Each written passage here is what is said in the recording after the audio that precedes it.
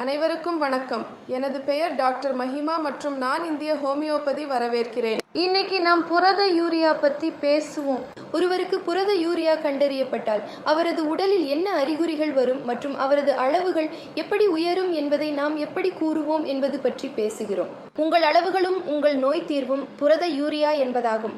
எனவே ஒருவருக்கு புரத நீரிழிவு இருந்தால் நாம் அவர்களின் பரிசோதனைகளை நடத்தும் போது அவர்களின் உடலில் ஆல்புமின் மற்றும் மற்ற புரதங்களின் அளவு அதிகரிக்கப்பட்டுள்ளது. ஆனால் உங்களுக்கு இதை அறிந்து கொள்வது மிகவும் அவசியம். ஒரு நல்ல உடல் நிலையில் உள்ள மனிதரில் கூட அவர்களின் சிறுநீரில் புரதம் கண்டறியப்படும். ஆல்புமின் என்பது ஒரு வகை புரதம். ஒரு ஆரோக்கியமான சாதாரண மனிதன் என்றால் இதன் மூலக்கூறுகளிலும் அது வருகிறது. 20 மில்லிகிராம் வரை சிறுநீரில் கண்டறியப்பட்டால் ஒரு ஆரோக்கியமான மனித உடலில் அது சாதாரணம் ஆகும். மீதமுள்ள மொத்த புரதத்தின் அளவுகள் 200 மில்லிகிராம் சாதாரணமாக இருக்கும். ஆனால் இப்போது புரிந்து கொள்ள வேண்டிய விஷயம் என்னவென்றால் புரதம் யூரியாவில் என்ன சிறப்பு கொண்டுள்ளது என்பதாகும். இயற்கையாகவே உங்கள் யூரியாவில் புரதம் சேர்க்கப்படுகிறது.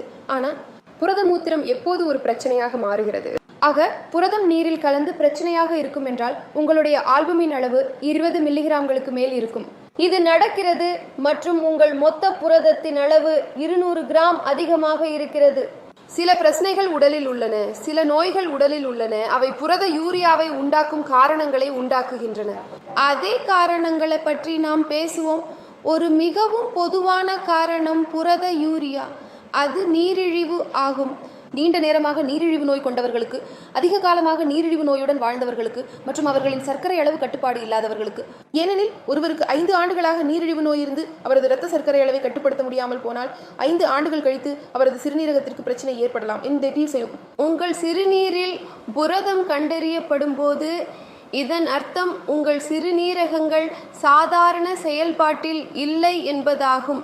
அதன் காரணமாக இருப்பது இரத்த அழுத்தம். உங்கள் இரத்த அழுத்தம் கையாளப்படவில்லை என்றால், அது கட்டுப்பாட்டில் இல்லை என்றால், இரத்த அழுத்தம் மற்றும் நீரிழிவு உங்களுக்கு புரதம் காரணமாக முடியும். யூரியா ஒருவரின் சிறுநீரில் அதிகமாக புரத கசிவு ஏற்படுத்தும் என்றால் அது நீங்கள் நீண்ட கால சிறுநீரக நோய்க்கு ஆளாகிவிட்டதாக அர்த்தம். உங்களுக்கு உங்களது நிரந்தர சிறுநீரக நோய்களை நிறுத்தவும் ஏற்படுத்த தவிர்க்க நீங்கள் உங்கள் நீரிழிவு மற்றும் உங்கள் இரத்த அழுத்தத்தை இவை இரண்டையும் நீங்கள் கட்டுப்பாட்டில் வைக்க வேண்டும். மேலாண்மை செய்வது உங்களுக்கு மிக முக்கியமானது. இப்போது 3வது குறிப்பு பற்றி பேசுவோம்.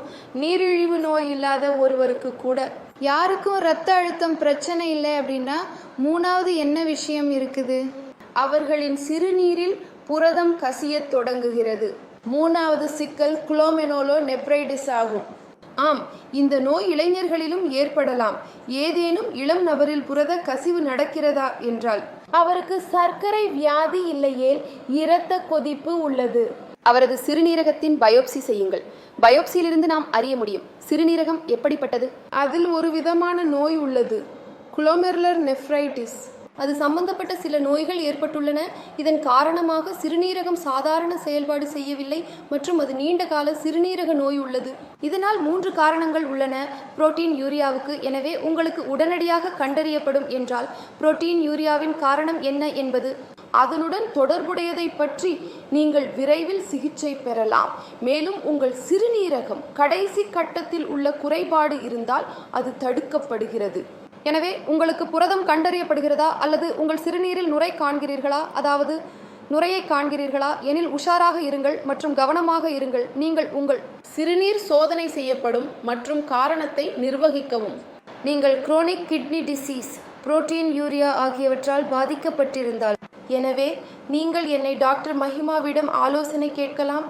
நானும் என் பாரத ஹோமியோபதி மருத்துவ குழுவும் உங்கள் புரத யூரியாவை சமாளிக்க உதவுவோம். உங்கள் புரத அளவுகளை குறைத்து நீங்கள் கிரானிக் சிறுநீரக நோயிலிருந்து மீள்வதற்கு நன்றி.